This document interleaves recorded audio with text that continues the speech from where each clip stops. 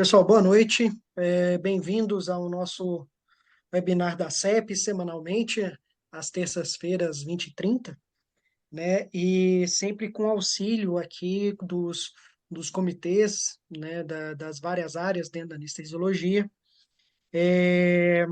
Hoje, quem estará conosco é o Comitê de Neurociência da SBA, que organizou, juntamente com nós da CEP, esse webinar.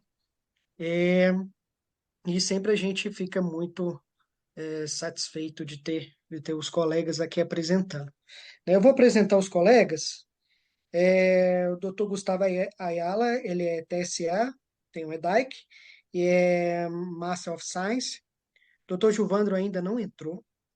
É professor TSA, também tem o título europeu de anestesiologia, é do Comitê de Neurociência da SPA, e o Dr. Felipe de Oliveira, TSA-SBA. Hoje os temas serão urgências neurocirúrgicas em vigência de antiagregantes, quem nunca, né? Antiagregantes e anticoagulantes, discussão de casos clínicos. É interessantíssimo tema, eu acho que todos nós que mexem com urgência, emergência, em algum momento vai se deparar com isso, né? Quem vai começar? Ô, Gustavo. É para ser. A palavra é para Gustavo. Gustavo, a palavra é com você, fique à vontade. E no final eu estou aqui com vocês para a gente fomentar e ajudar na discussão. Tá bom? Sempre lembrando aos colegas que estão nos assistindo, sempre para colocar as dúvidas na ferramenta do QIA, tá? Essa ferramenta fica para nós mais fácil da gente gerir as discussões, tá bom? Boa aula, pessoal.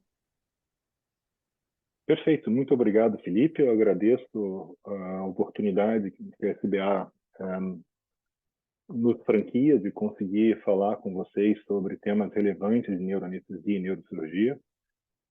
Nós do comitê escolhemos para esse primeiro webinário do ano da CEP, no qual nós participaremos, é um tema extremamente relevante, que é a utilização de antiagregantes e anticoagulantes em pacientes que chegam para procedimentos neurocirúrgicos emergentes.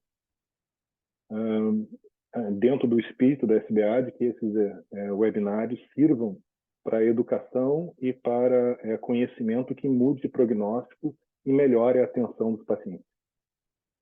Então, o primeiro caso clínico, a gente vai apresentar 3 casos clínicos e discutir dentro do caso clínico o que é previsto para aquela situação clínica, seja pelo uso de antiagregantes ou anticoagulantes, ou seja no contexto geral daquela situação clínica, para rever certos pontos que são importantes, né? Cada um falará um caso clínico e eu vou começar, então, deixa eu compartilhar aqui minha tela.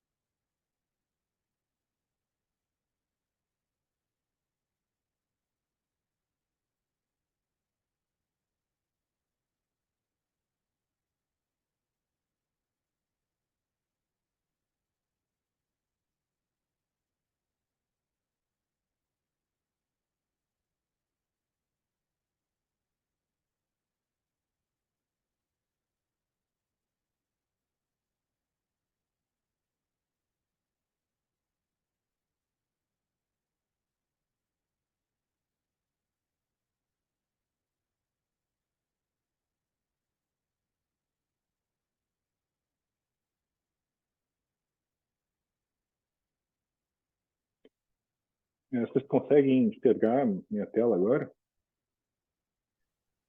Sim. Perfeito. Perfeitamente, doutor Gustavo. Então vamos começar então o nosso caso clínico sobre uma drenagem endoscópica de hematoma intraparenquimatoso em uso de AS e clopidogrel.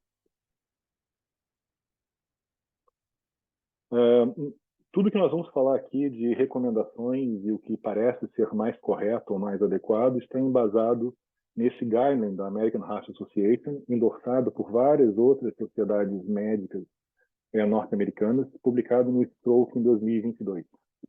Seria a melhor compilação de recomendações nesse contexto de hemorragia intracerebral. Então vamos ao relato do caso. Nós temos uma mulher de 52 anos, 1,65 m, 75 quilos, tem IC de 27, que às 5 horas apresenta cefaleia intensa e hemiparesia esquerda. Foi trazida à emergência pelo marido, cuja sonolenta, despertando ao chamado, confusa e obedecendo aos comandos, em level 13, logo. Tem uma história de infarto há 4 meses, tratado com 2 stents coronarianos, segundo o marido, em uso de dupla antiagregação, ANS mais clopidogrel. As últimas doses foram ontem, no dia anterior à chegada da emergência. Ela é tabagista, hipertensa e dislipidêmica, fazendo uso também de metoprolol, enalapril e atorvastatina. O marido relata vida ativa e independente, com boa capacidade funcional, ambos começaram a realizar atividades físicas depois do infarto dela. Ela estava sintomática do ponto de vista coronariano e de função cardíaca também.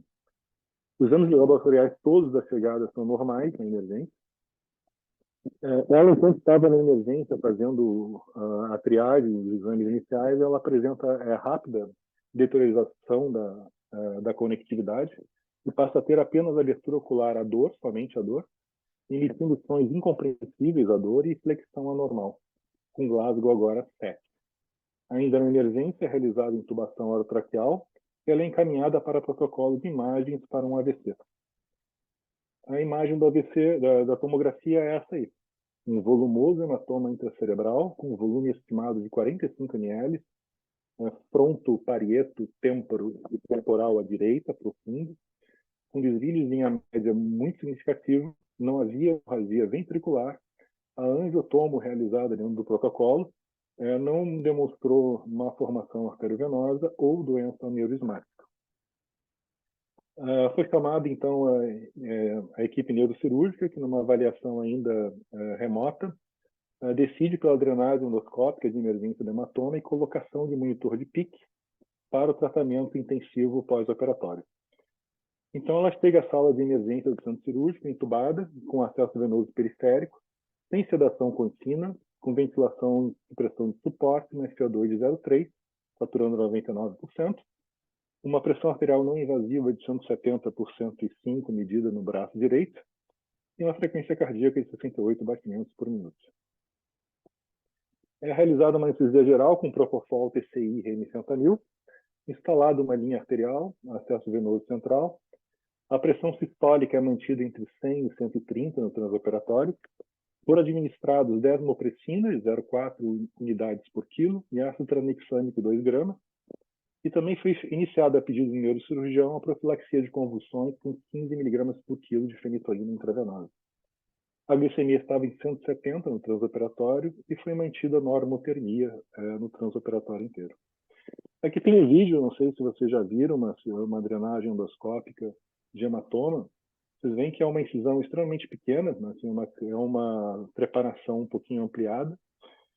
É feito uma abordagem transcortical.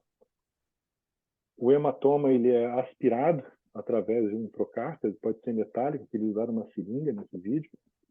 O hematoma é aspirado. Quando ele é completamente evacuado e não há mais indícios de hematoma, por essa mini craniotomia com uma mini corticotomia, é fechado e uma incisão extremamente pequena, realmente uma cirurgia minimamente invasiva com evacuação do hematoma. Foi colocado ao fim o transoperatório, então, foi sem intercorrências, não foi realizada a trombólise, porque a evacuação foi completa, o cirurgião achou que não era necessário utilizar o teplase dentro da cavidade do hematoma. Foi deixado o catéter ventricular para drenagem líquida e monitorização da PIC, principalmente na monitorização da PIC. Ela foi encaminhada sedada com Propofol para UTI. Agora nós vamos fazer perguntas e respondê-las com a melhor evidência, baseado no guideline da American Heart Association, de 2022. Como é que se estratifica o risco de um paciente com hemorragia intracerebelar? A escala mais usada é a ICH Score, quer dizer, o score de hemorragia intracerebral, que foi descrita em 2001. Elas são basicamente 5 categorias, né? A escala de coma de Glasgow, o volume do hematoma, se tem ou não tem hemorragia intraventricular, se é infratentorial ou supratentorial, se a idade é maior do que 80, maior ou igual a 80, menor do que 80. Essa paciente possuía 2 pontos no seu ICH score, ou seja, ela tinha um Glasgow entre 5 e 12, e o volume era maior do que 30 ml. Todos os outros ela não pontuava, o que dá ela 2 pontos, e a gente tem uma mortalidade prevista, de acordo com a pontuação desse ICH score, de 26% de probabilidade de ela morrer em 30 dias com esse hematoma. Vejam que o ICH5 ou ICH6 é estimado 100% de mortalidade. A gente sabe, em coortes mais recentes, né, com a melhoria da atenção, com drenagem mais precoce, com a disponibilidade de tecnologia de drenagem minimamente invasiva, o 5 não é 100%, está em torno de 90%, 85%, e o 6 ainda continua 99%, 100%. Uma peça histórica de 100 a 130 foi adequado para esse procedimento. O que nós temos de recomendação da American Heart Association é que é uma recomendação moderada, né, que você, nos casos leves, você tente diminuir a pressão sistólica, porque a pressão sistólica está associada com a expansão do hematoma, então deve haver uma preocupação no controle da hipertensão. A gente sabe que os pacientes que chegam com um caso leve a moderado de hemorragia intracerebral, eles que chegam com hipertensão arterial sistólica de 150 a 220, é razoável diminuir para abaixo de 140. No entanto, os pacientes que são submetidos à cirurgia, que são ECHs ou hemorragias grandes e graves, não há evidência sobre exatamente qual nível pressórico manter. O que a gente sabe é que naqueles pacientes que têm ICH leve a moderada, se apresentam hipertensos, uma redução acentuada para menos de 130 de sistólica é potencialmente danoso. Então, a gente não tem ainda uma comprovação de qual pressão manter no transoperatório, só que, ao que parece, uma redução tão acentuada para menos de 130 em quem estava com mais de 150 causa dano ao paciente. Então, deveria ter sido mantido uma pressão um pouco maior, no entanto, sem uma evidência no contexto de drenagem muito bem definida. Se fosse só no contexto clínico, deveria ter sido mantida acima de 130. O uso de ácido tranexâmico foi adequado. A gente tem uma recomendação fraca que indica que o uso do ácido tranexâmico não tem benefício funcional estabelecido. Então, não existe recomendação de uso de ácido tranexâmico em pacientes com hemorragia intracerebral, tanto clinicamente tratados como cirurgicamente tratados. Então, não é recomendado, também não há evidência de causa e mal, né? Deveria ter sido administrado plaquetas. A desmopressina tem benefício? Com relação ao tratamento da antiagregação, os pacientes que fazem uso de antiagregantes e que não precisam de cirurgia, não se deve fazer plaquetas, elas causam mal ao paciente, causam dano, e a desmopressina não tem evidência nenhuma de benefício. Naqueles que vão à cirurgia e estão usando AAS ou clopidogrel, aí tem a desmopressina, com ou sem plaquetas, não tem nenhum benefício comprovado. No entanto, existe uma recomendação fraca para que se transfunda plaquetas nos pacientes que vão à cirurgia usando AAS e provavelmente clopidogrel, apesar de que não há evidência suficiente para o uso concomitante de AAS e clopidogrel. No entanto, só pelo uso da aspirina nós temos indicação de transfundir plaquetas. Os ensaios clínicos usam um pool de aferese ou 6 unidades de plaquetas para aumentar 60 a 70 mil unidades de plaquetas ativas, né, no paciente que é submetido à drenagem cirúrgica. Então, ele tinha indicação de uso de plaquetas para redução de mortalidade. Lembrar que, se houvesse o uso de anticoagulantes, seja ele qual for, tanto inibidores, antagonistas de vitamina K, ou os novos DOACs, tanto dabigatran, quanto inibidores do fator 10 ativado, ou qualquer outro tipo de heparina, existe uma recomendação forte, com um grau de evidência muito bom, para descontinuação imediata e reversão o mais brevemente possível. Lembrar que hemorragia intracerebral sem uso de coagulantes é uma emergência médica que exige reversão, interrupção e reversão imediata dos anticoagulantes, seja eles quais forem. Aqui tem descrito quais são os graus de evidência para cada um deles. Nós não vamos entrar nesse assunto aprofundado, que vai ser discutido depois pelos outros colegas nossos, né? A glicemia e a temperatura estavam adequados. Lembrar que existe recomendação forte para tratar hipoglicemia. A hipoglicemia é extremamente deletéria como causador de lesão secundária no paciente neurocrítico. Existe recomendação forte para que seja monitorada a glicemia de perto. Não existe recomendação para controle estrito. O controle estrito, inclusive, pode gerar mais hipoglicemia e mais dano cerebral. Então, não deve ser tratado, não deve ser usado um controle estrito de glicemia. A glicemia deve ser mantida acima de 110, de preferência acima de 120 e menor que 180.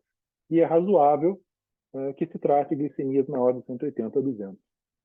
Com relação à temperatura, recomendação fraca para que se trate a hipertermia e não há recomendação de hipotermia terapêutica ou profilática. Então, o ideal é que se mantenha a normotermia, tratando agressivamente a hipertermia. Estava indicado fenitoína profilática. A única indicação de fenitoína, como anticonvulsivante, é a presença clínica ou eletroencefalográfica de convulsões. Não existe indicação em nenhum contexto neurocirúrgico ou neurocrítico de anticonvulsivantes profiláticos. Então, se o paciente não tinha convulsões clínicas ou convulsões documentadas pelo eletroencefalograma, não existe indicação, não tem benefício de uso de anticonvulsivantes. No entanto, se ele tem convulsões clínicas ou se ele tem convulsões eletroencefalograficamente documentadas, tem indicação com recomendação forte para a utilização de anticonvulsivantes. Deveria ter sido iniciada a profilaxia de TEV. Recomendação forte em todos os pacientes que se use compressão pneumática intermitente em membros inferiores para a profilaxia de TEV. Então, isso é quase uma constante para todos os pacientes neurocirúrgicos. A compressão pneumática intermitente de membros inferiores ela deve ser quase sempre instalada. Nos pacientes de alto risco de tromboembolismo pulmonar, é razoável e pode ser útil a utilização tanto de heparina não fracionada em baixas doses, como heparina de baixo peso em baixas doses, já no pós-operatório imediato, nos pacientes de alto risco para TEP, ou seja, tromboembolismo pulmonar. Nos pacientes em geral, é razoável começar a profilaxia farmacológica 24 a 48 horas após o evento hemorrágico. Depois que teve o evento hemorrágico, 24 a 48 horas, não havendo mais expansão do hematoma, ou formação novamente do hematoma, você pode iniciar a profilaxia farmacológica concomitante à profilaxia com compressão pneumática intermitente de membros inferiores. Meias de compressão não tem benefício nenhum em praticamente nenhum contexto, quer dizer, sozinhos. Então, não existe recomendação de uso de meias compressivas em praticamente nenhum contexto, e aqui também não, né? A decisão por uma drenagem minimamente invasiva foi acertada, quer dizer, os neurocirurgiões escolheram o procedimento correto. Isso é uma mudança desse guideline, porque, essencialmente, os pacientes que têm indicação cirúrgica de evacuação do hematoma, ou seja, aqueles que têm um hematoma supratentorial ou infratentorial também, um hematoma com volume grande, que tem o Glasgow comprometido moderadamente, de 5 a 12 de Glasgow, todos eles vão ter uma recomendação moderada ou fraca à drenagem minimamente invasiva, seja com ou sem trombólise do hematoma. Então, a recomendação hoje é para a drenagem minimamente invasiva dos hematomas em praticamente quase todos os contextos em que haja indicação de drenagem de hematoma. A craniotomia para drenagem de hematoma ela está em desuso e não há mais recomendação para o seu uso. A minimamente invasiva ela é superior à craniotomia aberta. Deveria ter sido realizada a craniectomia descompressiva. Mais uma vez, a craniectomia descompressiva no contexto de hematoma intracerebral, ela não tem evidência de benefício nem em mortalidade nem funcional. Então, a cirurgia de escolha ou de eleição para o hematoma intracerebral, ele é hoje a drenagem minimamente invasiva, seja por endoscopia, seja por estereotaxia. Então, era isso que eu tinha para falar rapidamente, com alguns temas importantes e relevantes.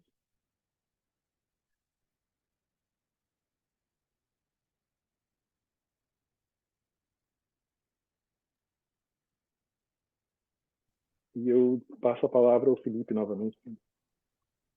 Muito obrigado, Gustavo. Excelente a discussão. Quem vai dar continuidade agora?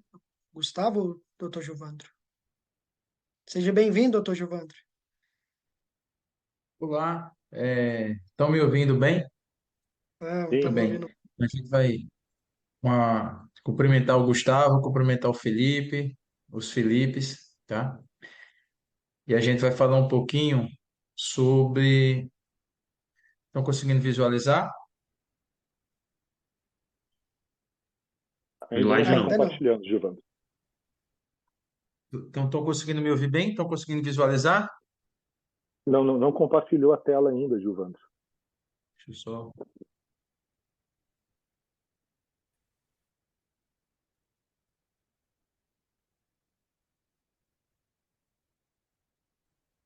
Agora sim.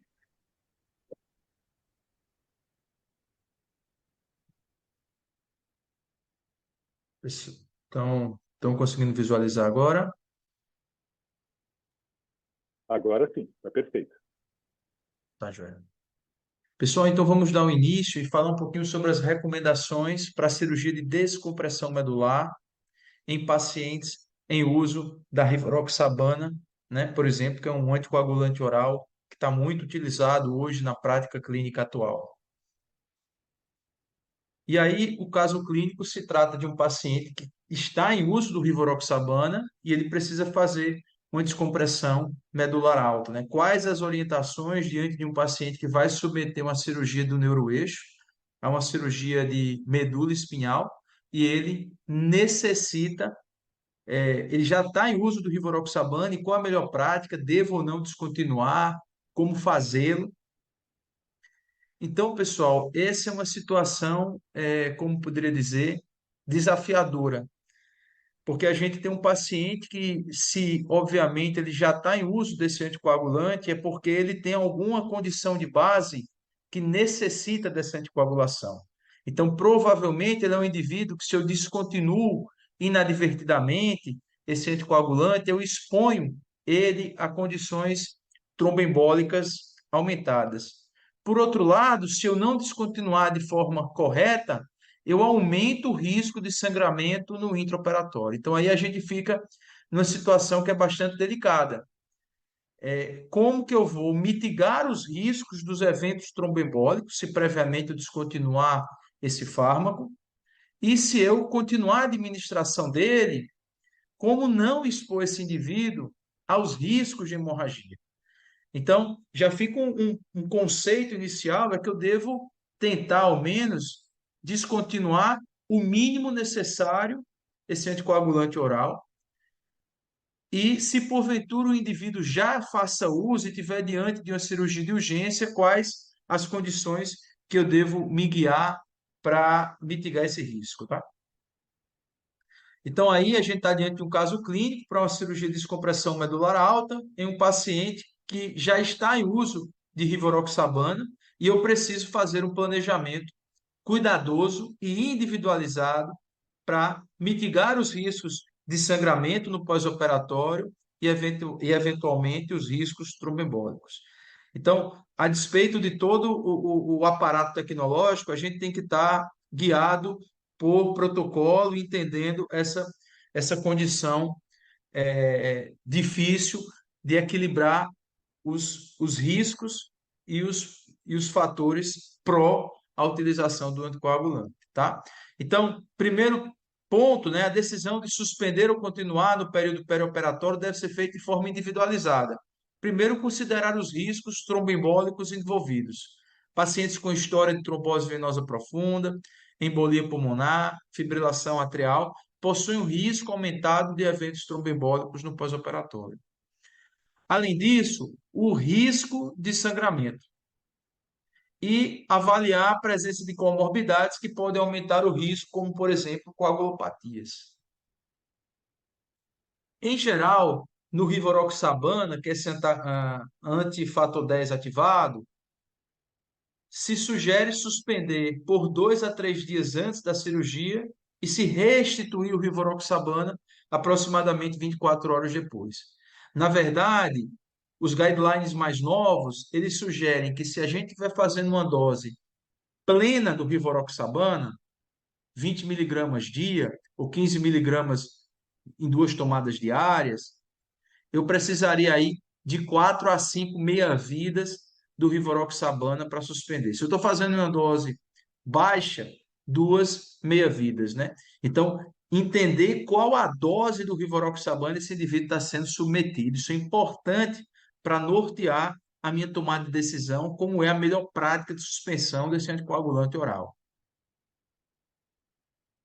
Monitorar o indivíduo, a gente sabe que o clearance da função renal, em especial para o rivaroxabana, ela norteia, inclusive, como eu devo me portar. Então, pacientes que têm um clearance abaixo de 30 que faz uma baixa dose, eu devo suspender, por exemplo, por 72 horas.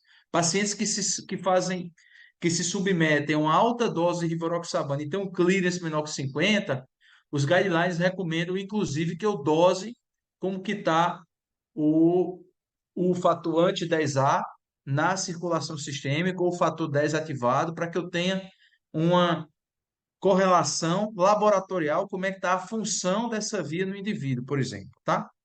Realizar a avaliação clínica completa, como a gente já falou, né? Avaliar esses riscos de eventos tromboembólicos que esse indivíduo pode estar sujeito. Considerar o uso de anticoagulantes de baixo peso molecular durante esse período da suspensão do rivaroxabana e, de novo, individualizar cada caso, discutir os riscos e benefícios com o paciente e sua família. Durante a cirurgia, dá preferência a técnicas minimamente invasivas, que obviamente mitiguem esse risco de sangramento, minimizar a manipulação da dura mata e raízes nervosas e utilizar técnicas de hemostasias rigorosas. No pós-operatório, monitorar atentamente sinais e sintomas de sangramento, realizar exames laboratoriais, tanto para avaliar hemograma, função de coagulação sanguínea, tromboelastograma, enfim, e função renal e hepática. O rivaroxabana ele deve ser reintroduzido o mais rápido possível, geralmente dentro de 24 a 48 horas, desde que não haja contraindicação, como sangramento ativo, por exemplo. E monitorar o paciente de perto durante a reintrodução da medicação. Orientar o paciente acerca dos riscos e benefícios dessa descontinuação. Orientar sobre a importância de seguir a instrução médica de forma rigorosa e fornecer informações de contato para que o paciente possa tirar dúvidas e que, se porventura apareça aí um hematoma do neuroeixo, ele possa ser tratado o mais rápido possível e isso mitiga o risco de déficit neurológico definitivo. Muito bem. Eu tentei falar um pouquinho acerca do caso clínico como orientações gerais e agora falar um pouquinho sobre os anticoagulantes orais, em especial o rivaroxabana, talvez seja hoje o mais utilizado na prática clínica profilática, e as cirurgias do neuroeixo. E aí eu achei interessante esse artigo porque ele avaliou a importância do ChatGPT para fornecer recomendações para profilaxia tromboembólica para cirurgia de coluna. E aí ele já coloca os riscos de se utilizar o ChatGPT 3.5, porque ele tende a citar fontes inexistentes, ele era mais propenso a dar recomendações específicas, porém corretas, e o Chat 4.0, que é a forma paga, ela era mais conservadora, mas mais fidedigna em suas respostas. Esse é um artigo que eu achei que é interessante, tá? Ele avaliou a conduta de cirurgiões de coluna, como esses cirurgiões de coluna se correlacionam com esses antitrombóticos e como eles iriam descontinuá-los ao longo ou antes da cirurgia, tá? Então, a descontinuação dos medicamentos antitrombóticos, 73% dos entrevistados descontinuaram os medicamentos antitrombóticos antes da cirurgia, 80% dos entrevistados descontinuaram os anticoagulantes, apenas 4,5% continuaram com medicamentos antiplaquetários e 2,5% continuaram com anticoagulantes. Complicações relacionadas à descontinuação de antiagregante plaquetário, 20,4% relataram infarto cerebral, AVC isquêmico, 3,7% relataram infarto do miocárdio. Quanto à descontinuação de anticoagulantes, 13,6% relataram infarto cerebral, 5,8% relataram embolia pulmonar, tá? Entre os que descontinuaram os antiagregantes plaquetários, 26,3% encontraram um aumento do sangramento intraoperatório e 10,3% tiveram hematoma epidural. Entre os que continuaram o anticoagulante, 27,2% tiveram sangramento intraoperatório. Veja que é muito parecido com o sangramento antiplaquetário, que foi 26,3%, e também um aumento do sangramento intraoperatório, e 8,7% tiveram hematoma espinhal, que também foi parecido, foi 8,7% versus 10,3%. Então, assim, houve uma congruência tanto para um aumento do sangramento quanto para hematoma entre os grupos que descontinuaram os antiagregantes plaquetários versus os anticoagulantes.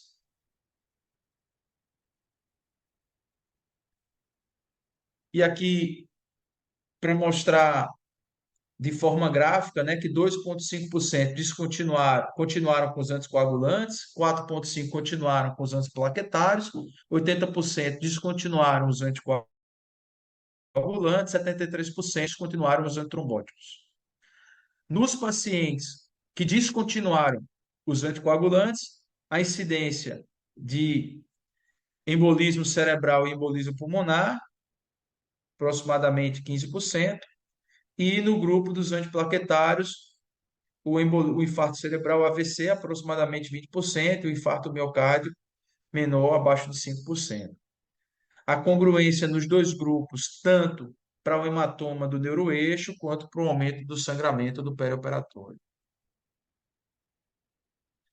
Aqui foi um outro artigo de 2023 que eu também achei interessante. Ele mostra o risco de descontinuar o uso dos anticoagulantes. E aí teve-se dois grupos, né? O grupo que usava antitrombótico e o grupo que não usava antitrombótico. Foram 28 mil pacientes aproximadamente em cada grupo. E o grupo do agente antitrombótico, ele teve chances significativamente maiores de desenvolver evento tromboisquêmico, obviamente. Tanto trombose venosa profunda, quanto embolia pulmonar, quanto infarto miocárdio, quanto AVC isquêmico cerebral. Também tiveram maior probabilidade de sofrer hematoma e necessidade de transfusão. Então, isso reforça aquilo que a gente tentou frisar no começo, que essa decisão é difícil, né? No grupo que já usa, quando eu descontinuo, sabidamente ele aumenta o risco de evento tromboisquêmico em 90 dias. E mesmo descontinuando, também aumenta o risco de hematoma e necessidade de transfusão. Por isso que eu tenho que tentar seguir guidelines que estabeleçam muito bem quando é que eu devo descontinuar previamente e quando é que eu devo reintroduzir. Tá? Aqui mostra o aumento dos riscos do grupo que já utilizava anticoagulantes. Aqui são as recomendações do Colégio Americano de Cirurgia de Coluna, né? E em especial para o caso da rivaroxabana, eles sugerem que seja descontinuado em 24 a 48 horas e que seja reiniciado em 24 horas. Essas são as recomendações do Colégio Americano de Cirurgia de Coluna de 2018. Muito bem, como o Gustavo falou tão bem, e se eu estiver diante de uma urgência e o indivíduo já faça uso, por exemplo, do rivaroxabana?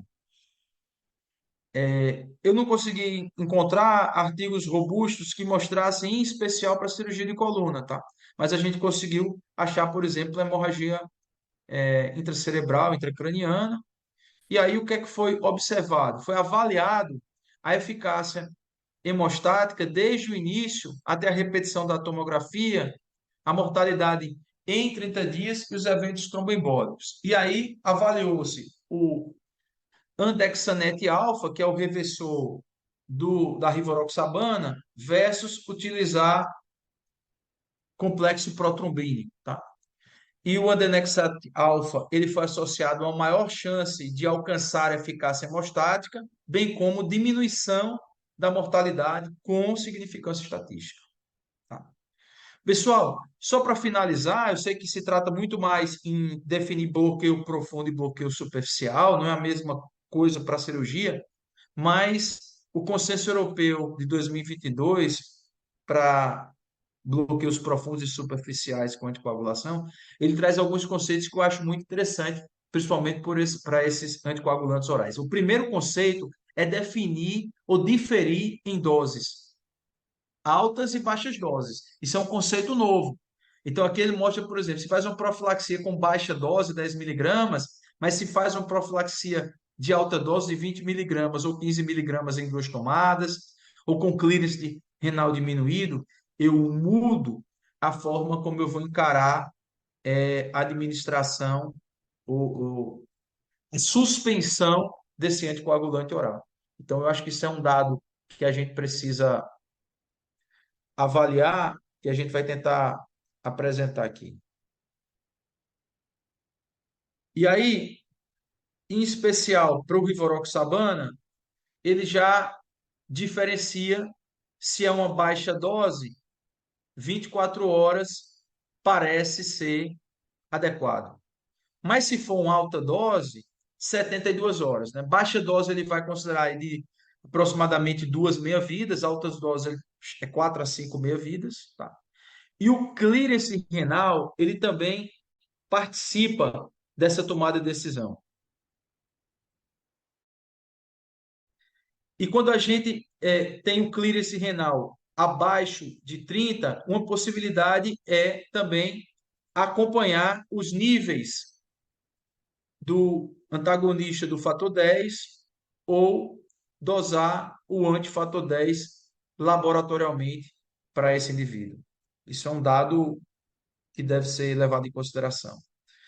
E aí, pessoal, para terminar, é falar que, em especial para esses anticoagulantes orais, a gente tem ali bem definido as recomendações mais práticas do Colégio Americano de Cirurgia de Coluna, mas as reflexões que vieram do guideline nosso lá da anestesia para bloqueios do neuroeixo, superficiais e profundos, ele trazem conceitos que eu acho que são importantes na nossa tomada de decisão. Então, acho que é somar tudo isso para a gente tentar dar uma resposta mais assertiva aí para o nosso doente.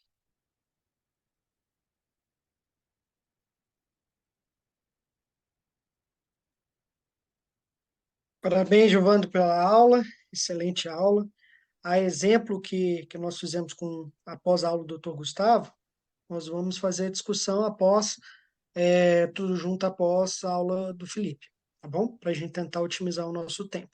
Então, já passo a palavra para o meu xará, para a gente dar continuidade ao terceiro caso clínico. Boa noite. É,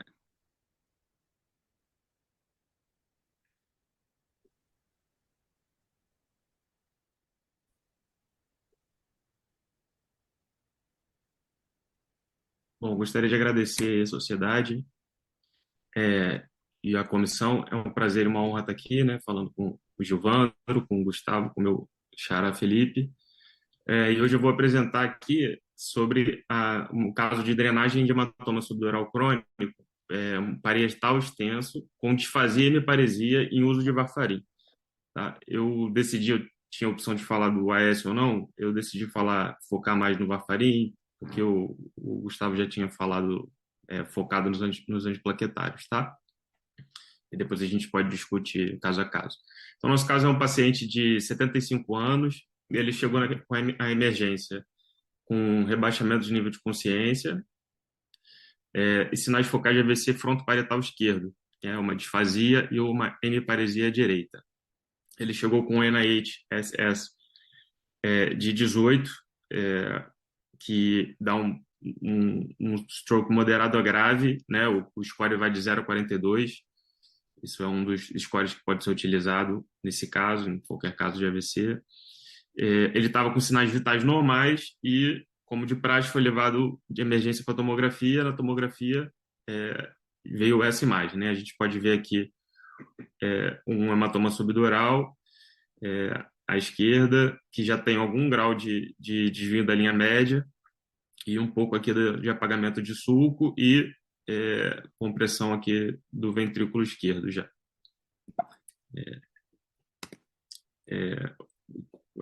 Folheando a história do paciente mais a fundo, depois da tomografia de urgência, o paciente ele teve, relatado pelos familiares, uma queda da própria altura cerca de um mês atrás. E na ocasião ele fez uma tomografia que veio normal, ele não tinha nenhum sintoma e ele foi liberado para casa. Tá? Não foi remarcado para voltar, enfim. Os exames alterados dele de sangue e admissão foram uma hemoglobina de 9,5, 120 mil plaquetas, um INR de 3,5, um TAP de 40 segundos, que bate com esse INR, e um PTT de 50.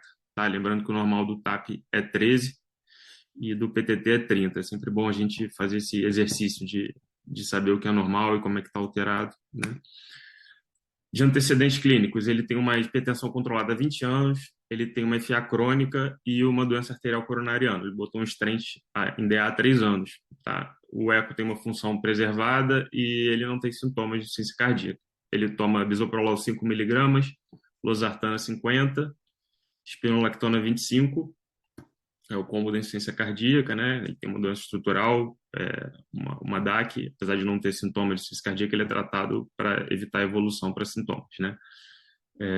E ele toma rosuvastatina por causa desse infarto, o AS também por causa do infarto, e ele toma um varfarin 5 mg por causa da FA crônica, tá? Que o alvo desejado é entre 2 e 3.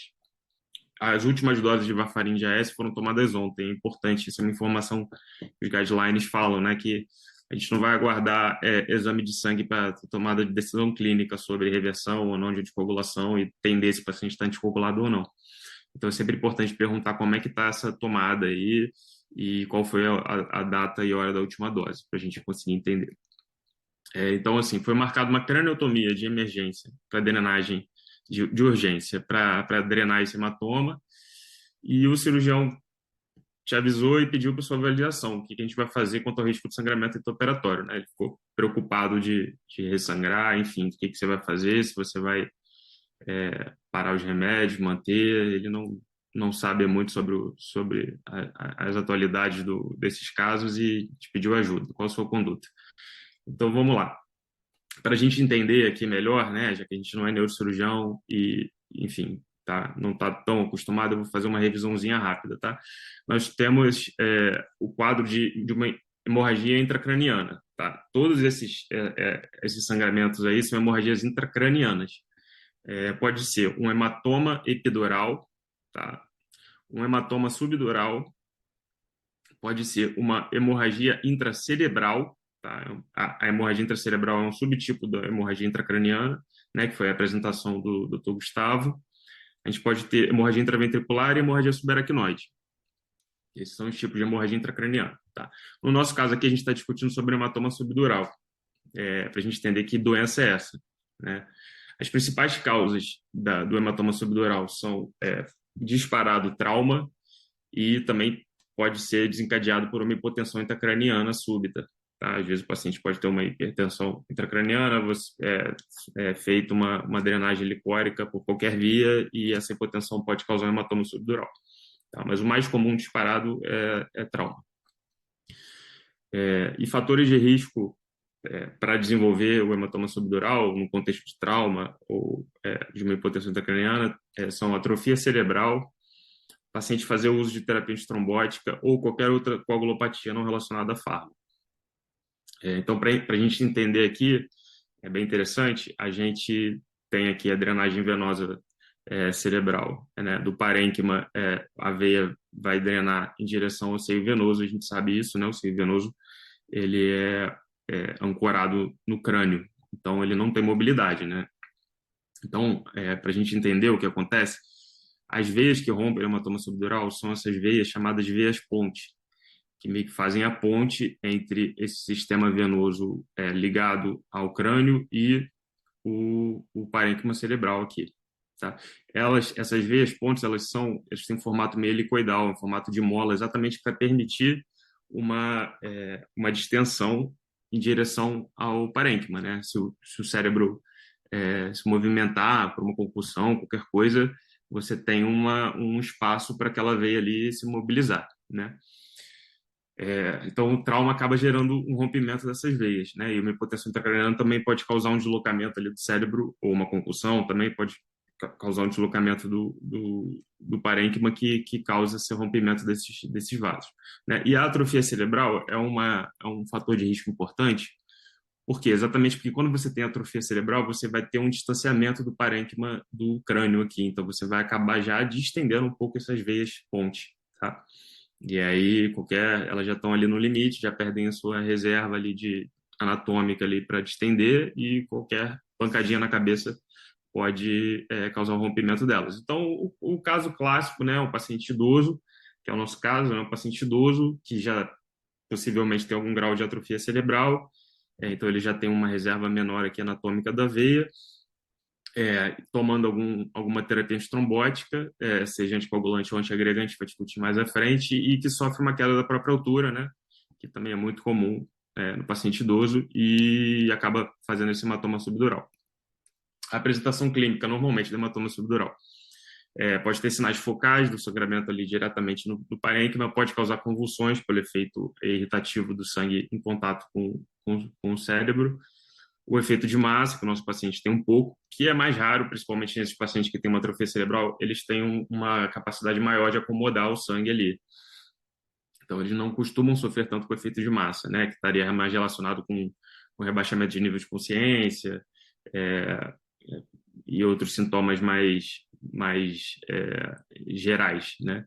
E a cefaleia também, por causa do efeito irritativo ali, o paciente pode começar com uma cefaleia insidiosa, tá? Essa doença é um pouco mais insidiosa, né? Em geral, ela é classificada e aguda quando ela acontece em 1 a 2 dias do evento índice, que se entende que tenha sido o fator desencadeante, de 2 a 14 dias subagudo e mais de 15 dias crônico, né? Então, no nosso caso, é um hematoma subdural crônico. O hematoma subdural crônico tem algumas especificidades em relação ao hematoma agudo, né? Mas eu não vou discutir porque é uma coisa que não muda muito a nossa prática, é mais da neurocirurgia. Só para a gente entender a importância disso, né? Desse guideline de 2006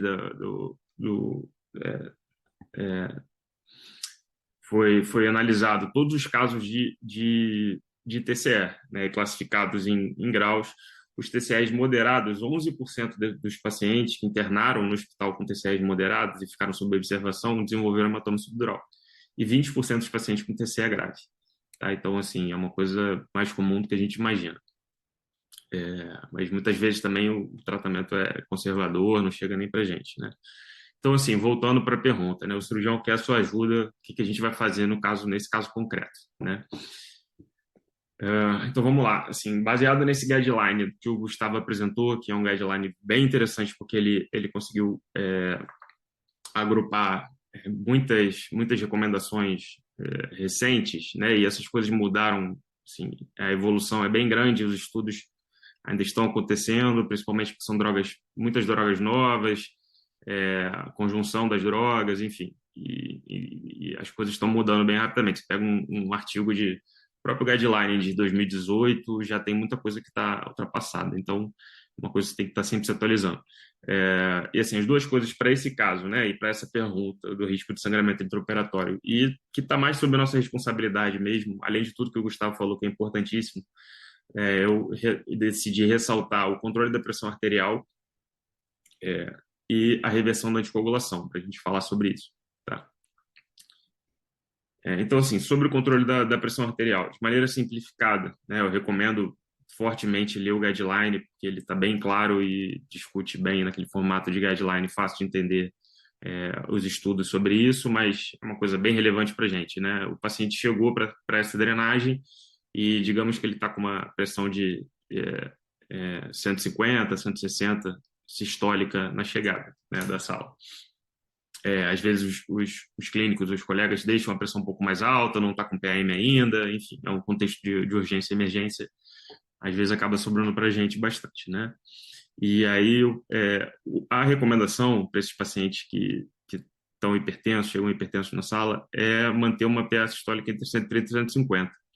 E porque abaixo de 130 tem alguns estudos que mostraram piora de desfecho, principalmente se o paciente chega muito hipertenso, e, e acima de 150 mostrou também algum grau de piora de desfecho, tá?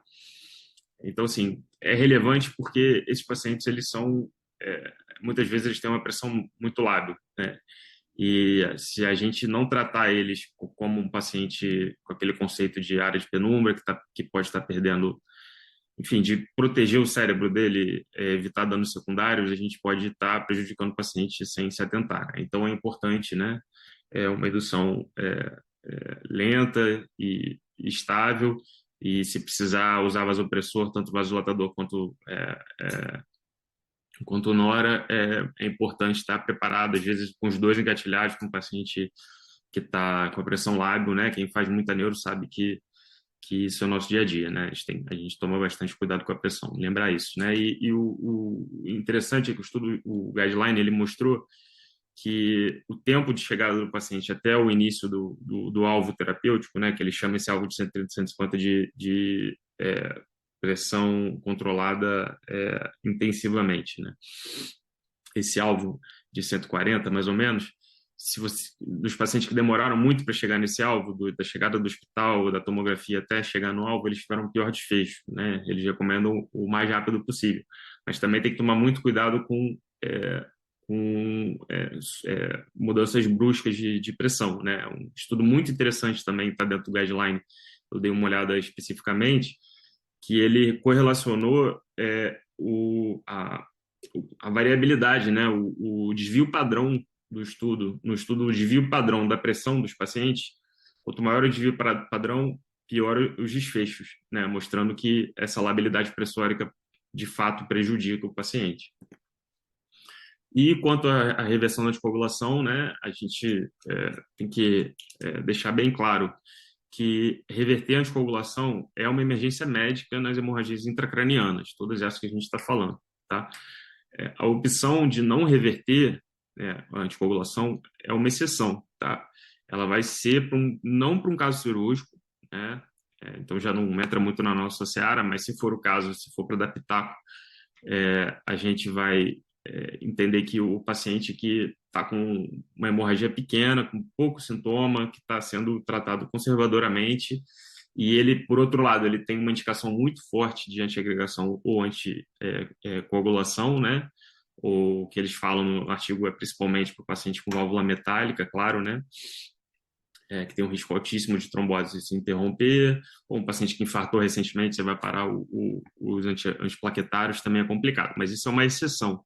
O risco-benefício vai ser uma conduta clínica sua, ou do colega, mas tem que entender bastante que a regra é reverter, tá? Por que isso? Porque o principal fator que a gente quer evitar nesses casos é o ressangramento ou o aumento do hematoma. E já existe uma correlação bem clara entre os anticoagulantes, os antitrombóticos e o aumento do hematoma, e uma correlação entre o aumento do hematoma e piores desfechos. Então, está tudo já engatilhado quanto a isso, né? Está tudo já estudado, tá? No nosso caso aqui, a gente está revertendo varfarin, né? Uma droga um pouco antiga, mas no nosso contexto ela ainda é bastante utilizada, né? Principalmente para quem trabalha no SUS, por ser uma droga mais barata, ela muitas vezes é usada. Para a gente entender, eu achei bem interessante esse artigo aqui, é um pouquinho antigo, mas ele mostra as estratégias de reversão para a gente entender farmacologicamente cada uma delas para tomar uma decisão racional, né, e poder discutir com os colegas. A opção de suspender o varfarin, ela vai demorar 5 a 14 dias para atingir a normalização da anticoagulação. Tá? Normalmente, dentro de 5 dias, se o paciente tiver com um INR dentro do alvo, entre 2 e 3, né, mais comumente. Então, assim, a gente vai suspender, mas não vai ser a nossa única conduta, né? A vitamina K, o nome comercial Canaquion aqui no Brasil, o objetivo, na verdade, o tempo para reverter, ele vai corrigir o INR em 6 a 24 horas, né? O varfarin, ele inibe a enzima que é usada para aproveitar a vitamina K nos fatores de coagulação 2, 7, 9 e 10, todo mundo sabe isso, e o INR, que é usado para controlar a varfarina, ele principalmente, ele age principalmente medindo a atividade do fator 7, que é o que tem menor meia-vida, tá? E os fatores 2, 9 e 10, eles têm uma relevância clínica, mas eles são menos vistos pelo INR. O INR vê mais o fator 7, né? Então, quando você faz só a vitamina K, isoladamente, você vai corrigir o INR em 6 a 24 horas, tá? Mas esse INR ele não vai ter uma correlação com a reversão clínica da anticoagulação. Por quê? A vitamina K, dada em bolos, ela vai aumentar a produção dos fatores, principalmente do fator 7, que tem uma menor meia-vida, então por isso ele é produzido mais rapidamente pelo corpo, e os outros fatores vão demorar mais para corrigir, tá? É importante entender isso, né? O INR nesse contexto não é 100% fidedigno com a reversão clínica, né? É bem interessante. E existe um risco de anafilaxia com a injeção em bolos, tá? Ele é feito normalmente em 10 minutos e atentar, né? Saber que pode acontecer. Uma outra opção é o plasma fresco congelado, né? Ele vai um tempo estimado de reversão de 2 a 32 horas, e ele vai ter efeitos transitórios. O que eu quero dizer com isso? O que o artigo quer dizer com isso? Que uma vez que você dá no plasma fresco congelado, você vai reverter durante o tempo de vigência daquele plasma ali, dos fatores de coagulação que tem ali. Só que depois de algumas horas, isso também tem uns estudos interessantes que mostraram que se você não fizer concomitante a vitamina K, né, seja com plasma ou com concentrado de complexo protombínico, que também tem efeito transitório igual, eles mostraram um risco de ressangramento, algumas de 12 a 24 horas depois da administração do plasma ou do complexo protrombínico, tá? Então a gente dá as duas drogas, né? Eu vou mostrar mais à frente. E também o plasma fresco, ele tem um risco transfusional bem grande, né? A gente sabe que a gente acaba dando para ele conseguir ter efeito clínico de reposição de fator de coagulação, ele dá um volume e uma osmolaridade muito alta que acabam dando uma expansão volêmica muito rápida para o paciente, né? Então, você quer corrigir rápido a anticoagulação com plasma, você tem que atentar para essa questão da expansão plasmática rápida que você vai fazer e determinado paciente pode não tolerar. Complexo protrombínico, né? O concentrado de complexo protrombínico, ele vai ter uma reversão de 15 minutos após o final da infusão da droga, né? A infusão costuma durar 15 a 60 minutos, tá? Então, assim, ela é disparado mais rápido dessas opções que eu falei até agora, né? Ela tem o mesmo efeito transitório, então tem que ser usada a vitamina K e ela é potencialmente protrombótica, tá? Esse artigo de 2007, ele falou em relação a ser potencialmente protrombótico, a gente entende que existe um risco aumentado de trombose usando os concentrados, né? Principalmente porque você está inibindo o fator, inibindo a anticoagulação, né? Isso é relativamente óbvio. Já o fator 7A recombinante, o nome comercial é o Novosev, ele, nessa época, ele ainda era muito estudado, em 2007, ele foi estudado bastante tempo e foi usado em vários contextos, mas chegou à conclusão de que ele tinha um efeito protrombótico com certeza, né? Então, ele meio que caiu em desuso, ele é usado para situações muito específicas, né? Nesse caso, a gente não usa mais, tá? Mas aqui é interessante ver que 15 minutos após a infusão em bolos, você pode fazer em bolos, você consegue a reversão, né? Ele dá o fator 7 ativado ali na veia do paciente e ativa fortemente ali a cascata no finalzinho dela. Então, assim, para terminar rapidinho, que eu já passei do tempo, uma recomendação rápida aqui de conduta a ser feita, né, nesses pacientes, a gente vai suspender o varfarin, a gente vai administrar uma ampola de vitamina K, que são 10 miligramas, em 10 a 20 minutos, e a gente vai dar, idealmente, o concentrado de complexo protrombínico. E aí, dose, é interessante, porque a dose recomendada tem uma dose por quilo, baseada no NR na bula, que gira em torno de 25 a 50 unidades por quilo, mas existe uma recomendação também, esses estudos de dose no complexo protombínico nessa situação ainda não estão muito, que nem o transamin, que nem o ácido tranexâmico há um tempo atrás, ainda estava muito aberto, ele ainda tem uma certa abertura de intervalo de dose recomendada, né? Uma coisa mais ainda a se estudar completamente, mas a recomendação eu acho mais prática nesse contexto é a gente administrar 1.500 a 2.000 unidades e vem 10 minutos. Um paciente mais magrinho 1.500, um paciente maior 2.000. E interessante notar que a gente, quando costuma pedir o complexo protrombínico, ele vai vir, né? Ele não fica na farmácia, ele vai vir no hospital, vão achar, demora para chegar, enfim. E aí, se você pedir, eu vou querer um concentrador de complexo protrombínico, vai subir uma ampola, a ampolinha tem de 500 unidades e de 1.000 unidades, tá? Então, o que eu recomendo é você pedir logo 4 ampolas para subir, tá? Costuma ter no hospital, quantidade não é um problema, mas você vai pedir, se você não pedir logo, pode demorar a chegar, né? Já aconteceu comigo.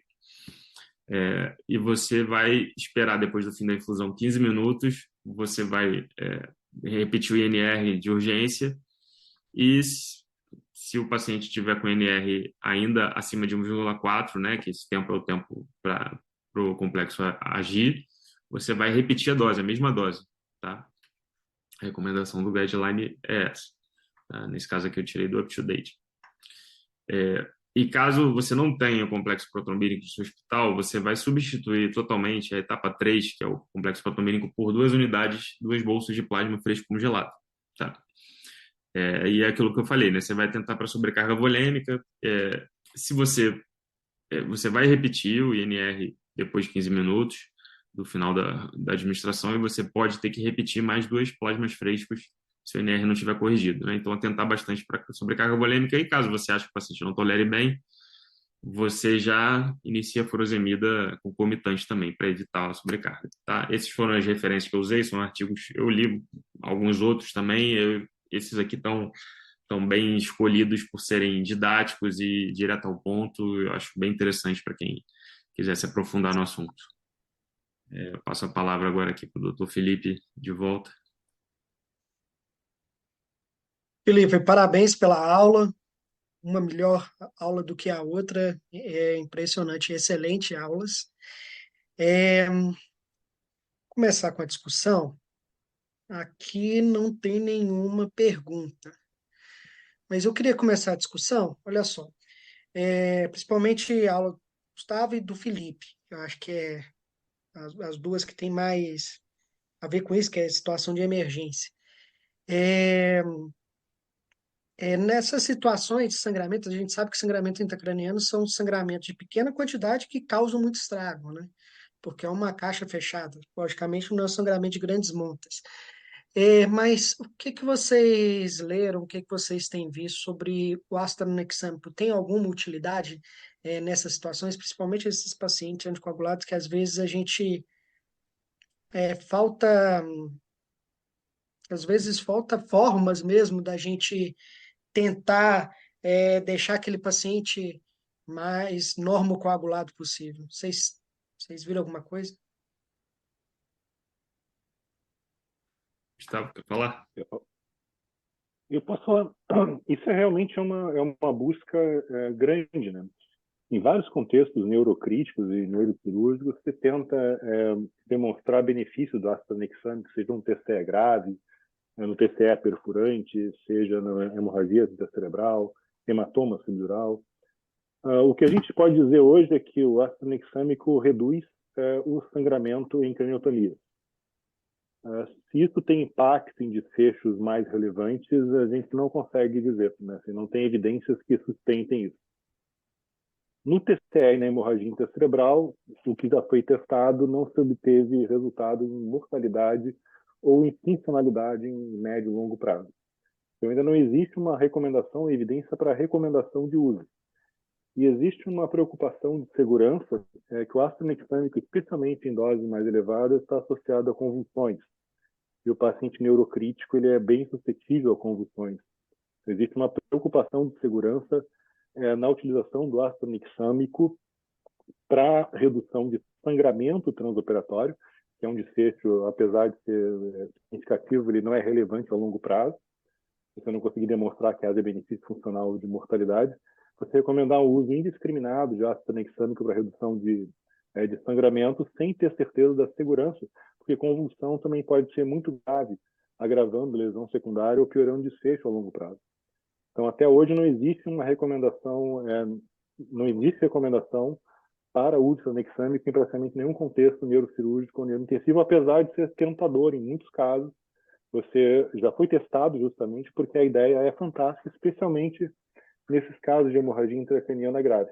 Como o Felipe falou, que isso é fundamental, né? A hemorragia intracraniana ela é uma emergência ameaçadora da vida, a gente não vê sangue.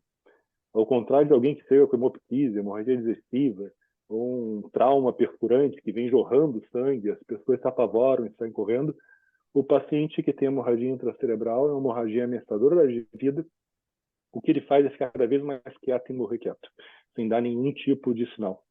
Então, essa sensibilização para que a hemorragia intracraniana seja tratada como uma hemorragia grave, ameaçadora da vida, apesar de ser 60 ml de sangue, ela deve estar assim, presente no nosso entendimento clínico rotineiro, não só nosso, mas dos emergencistas, dos intensivistas, dos neurocirurgiões.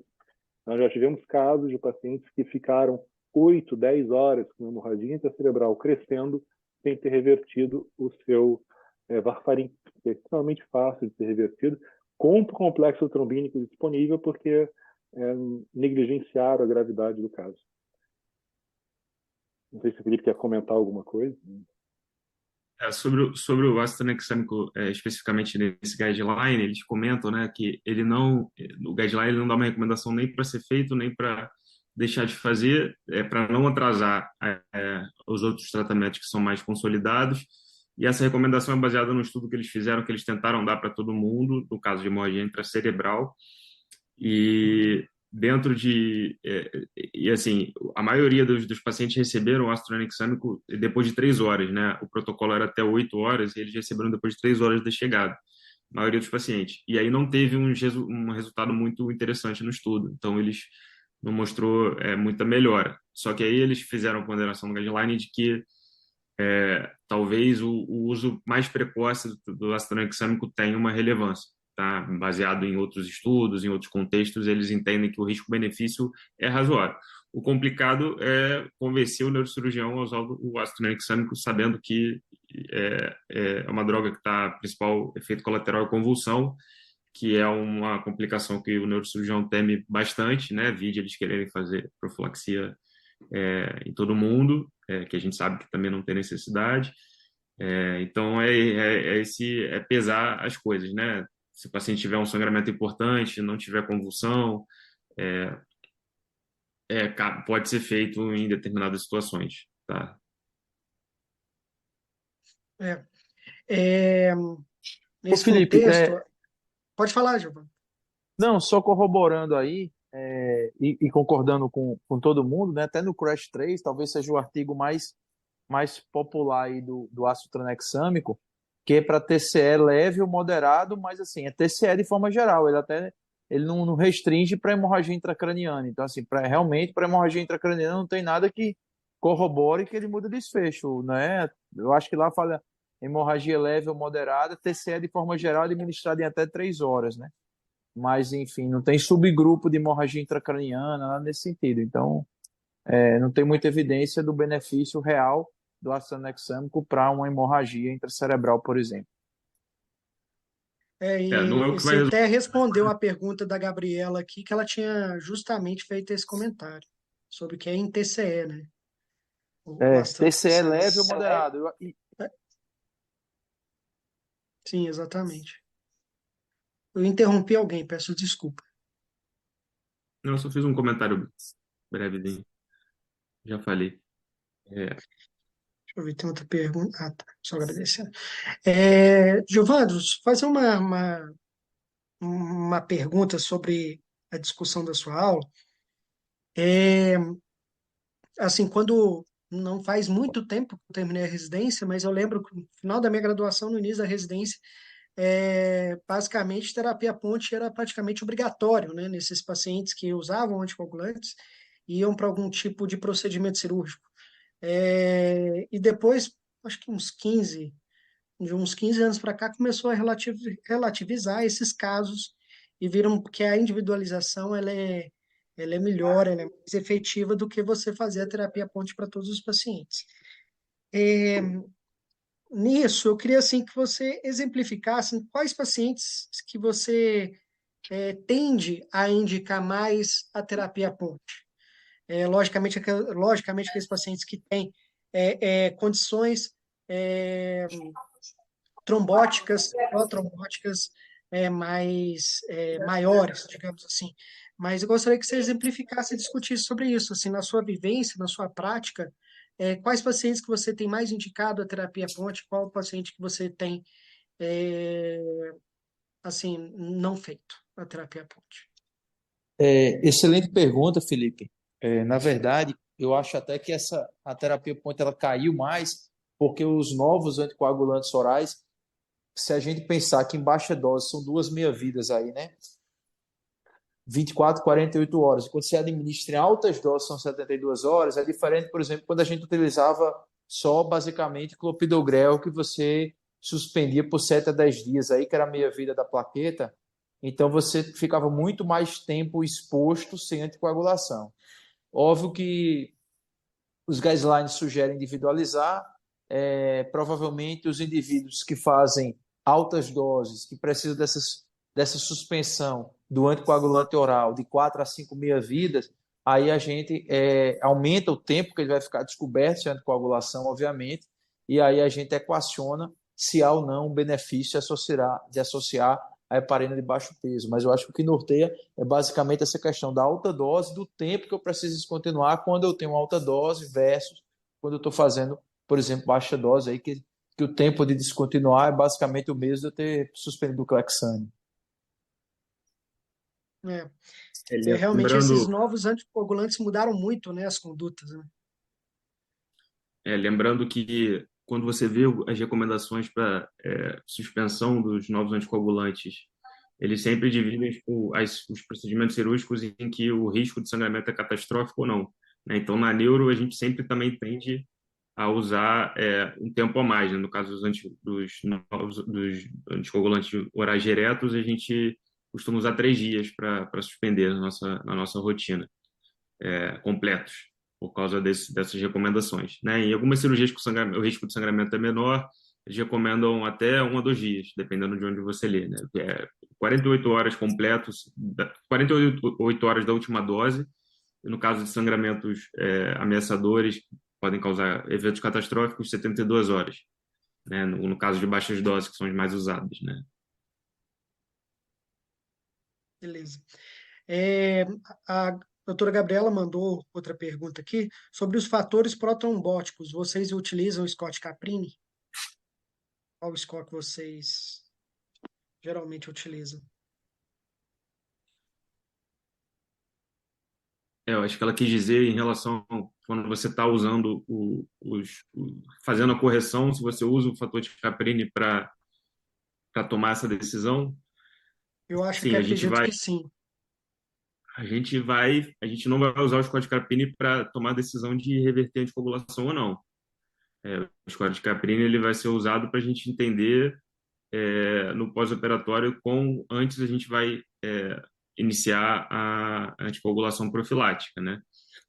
O uso de meia compressora ele é para todos os pacientes, como o Gustavo falou bem, pacientes neurocirúrgicos, sempre que possível, em todo lugar tem, a gente sabe. As meias individualmente não têm uma efetividade ideal sozinhas. É, Aí tem que pesar caso a caso, realmente, né? A gente usa o score de Caprini para entender, assim, aí vai ser uma discussão com o cirurgião depois, né? Acaba que não fica muito na nossa alçada, mas se for perguntado a nossa opinião, a gente vai falar, não, esse paciente tem um risco alto de por exemplo, né, já teve situação do paciente com trauma, com tetraparesia, que aí é o paciente com maior risco de trombose. Eu estava num hospital que não tinha meia, eu bati muito o pé para o coordenador, mesmo assim, adquirir uma meia. Falei que o paciente acabou falecendo porque eles não seguiram essa recomendação, e falei para o cirurgião que mesmo com risco de sangramento, para retomar o Clexane, botei na prescrição depois do final da cirurgia, né? Situação específica que você vê que tem um risco elevado e você discute com o cirurgião o risco de reiniciar logo a terapia profilática. Alguém quer comentar? Não, só concordando com o Felipe, né, que o Scott Caprini vai como a gente sabe, né, vai nortear, pontuar esse risco de eventos trombembólicos do pós-operatório. Então, assim, fora a meia, é individualizar o caso, né, Felipe, discutir e ver com segurança quando é que a gente consegue instituir a terapia antitrombótica, se for indicado. E a terapia antitrombótica no pós-operatório é considerado boas práticas, né? Tá dentro dos protocolos de segurança do paciente, praticamente nas grandes instituições, né? Acho que a gente não tem mais perguntas aqui. Alguém quer complementar alguma coisa? Felipe, Gustavo, Gilvandro. Alguém quer também fazer mais alguma pergunta ao pessoal que nos assiste? Se tiver um tempinho, eu queria perguntar aí para os colegas da mesa, assim, se vocês fazem cirurgias eletivas de coluna ou de neuro, sem descontinuar a S anticoagulante, né? Foi uma coisa que foi abordada aí pelo Gilvando, só para deixar claro, assim, né, que para mim, na minha prática, até trabalhar com cirurgião particular, a gente não tem 100% da autonomia, é muito difícil a gente convencer o cirurgião a manter alguma dessas drogas, né? São situações muito específicas. Eu queria saber a opinião de vocês aí, a prática de vocês, como é que é? Se algum paciente com um risco grande, seja pelo antiplaquetário ou pela coagulação, essas condutas que vocês fazem. E se tiver que fazer, o que vocês fazem? Na verdade, eu concordo com você, é difícil. A gente costuma, enfim, seguir algum guideline aí objetivo. Eles gostam de seguir, por exemplo, as diretrizes do Colégio Americano de Neurocirurgia, que até é conservador um pouco na suspensão, mas enfim. E eu acho que acabam que eles atendem, né, quando você tem um bom argumento assim. Mas enfim, cirurgião é difícil, neurocirurgião também. Então tem que tratar com essa discussão, mas eu acho que quando a gente norteia de forma objetiva, com objetivo em boas práticas, acaba que eles conseguem se guiar por metas, né? Fica mais fácil quando a gente está corroborado por algum guideline específico, né, Felipe? Não sei se você tem essa experiência também, no eu e o Gustavo. Não, em relação aos antiagregantes, a gente pode dividir entre a AS, que assim, é muito mais para liberal no uso. Hoje, por exemplo, a drenagem de hematoma subdural crônico, já há quem preconize não suspender a AS na presença do hematoma e tratar ele, especialmente se for só para uma trepanação usando a AS. Já há artigos com séries de casos de craniotomias, ressecções de tumores, de pagineurismo com paciente usando a AS, não demonstrando aumento de risco de hematoma pós-operatório. Então, a gente começa agora a gerar evidências sobre o AS, parecendo que mesmo nesse contexto que sempre foi um tabu para operar com AS, que são as microcirurgias intracranianas e microcirurgias de coluna, que talvez não tenha tanto risco assim. Esse risco seja muito menor do que a gente esperava, especialmente naqueles pacientes de alto risco para fenômenos trombóticos, né? Especialmente aqueles que têm estente coronariano, né? Se suspender pode ser um risco. Né? O clopidogrel e a ciclopidina aí já é um risco bem maior de sangramento.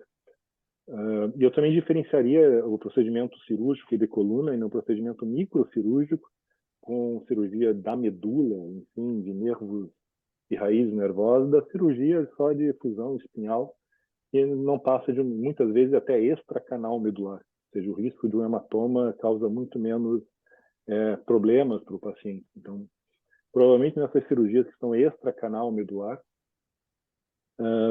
seria possível fazê-las usando a AS sem problema. Que o clopidogrel provavelmente a gente já tem evidências de que aumenta muito o sangramento. Também esse valeria a pena suspender, só que o AS nesse contexto talvez fosse seguro. Na verdade, não teria, talvez, aumentando talvez um pouco o sangramento, mas sem desfechos, impactos em desfechos mais relevantes. Enquanto que nas cirurgias, microcirurgias e cirurgias intracanal, a gente também não tem evidências de segurança do uso do AS para esses procedimentos de uma forma bem consistente. Eu acho que a minha conduta normalmente é suspender clopidogrel e clopidina, se for cirurgia intracanal, AS também, e se for uma cirurgia de fusão extracanal, e o paciente precisa do AS, ele é mantido normalmente. Assim, se me permite complementar, a gente ainda tem que separar aqueles pacientes que usam a aspirina, especificamente, como profilaxia primária e os pacientes que utilizam a aspirina como profilaxia secundária, né? E isso também faz diferença, né? O paciente com profilaxia primária, assim, o risco da suspensão é, é, assim, é baixo, né? O paciente de profilaxia secundária é o paciente que merece atenção, né? E cada vez mais estudos que demonstram que não há problema você manter o AS, né? Mas isso, tenho falado isso porque tem muitos pacientes que chegam com a aspirina como profilaxia primária. Assim, pelo menos aqui em Goiânia, muitos pacientes têm chegado com profilaxia primária com AS. E a gente sabe que esse AS ele pode ser suspenso, ele não é essencial, né, para o tratamento do paciente, né? Perfeito. É, é, Felipe, Gustavo e Giovandro, vocês querem complementar? Querem fazer mais algum comentário? Uma última coisinha que talvez não tenha ficado clara, que eu achei interessante que o Gustavo falou, dentro desse contexto que a gente está discutindo, das diferentes cirurgias que a gente faz para os diferentes tipos de sangramento, a gente dividir, o guideline faz isso, né, entre os tipos de cirurgia, né? Então, existe a craniectomia, que é tirar a calota, implantar ela na barriga para descomprimir. A craniotomia, que foi o que eu botei no meu caso, por ser um AVC extenso, um sangramento extenso, fazer um corte mesmo, né, uma craniotomia. Essa é a cirurgia que eles são mais preocupados com o sangramento, que você vai reverter mais, que você vai ser menos permissivo, enfim. E tem tem a drenagem, né, trépano, esqueci o nome em português, o burr hole, que eles chamam, e a A drenagem trepanação. minimamente invasiva, trepanação. E a drenagem minimamente invasiva, que é o caso do Gustavo, em que são cirurgias bem menos invasivas, em que já é muito mais, você consegue ter, ainda está estudando, mas a tendência dos especialistas é você ser menos, você ser mais permissivo com as drogas, né? Você ser menos restrito, né? Só para a gente pesar, né? No caso concreto ali do anestesista, nosso colega que estiver assistindo essa aula e for aplicar isso aí nos próximos dias para levar isso em conta também, qual o tipo de cirurgia.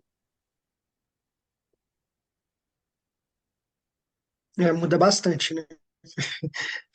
São potes bem diferentes, né? Bem diferente, exatamente.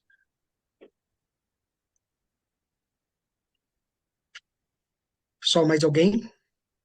Complementar? Não temos nenhuma questão aqui.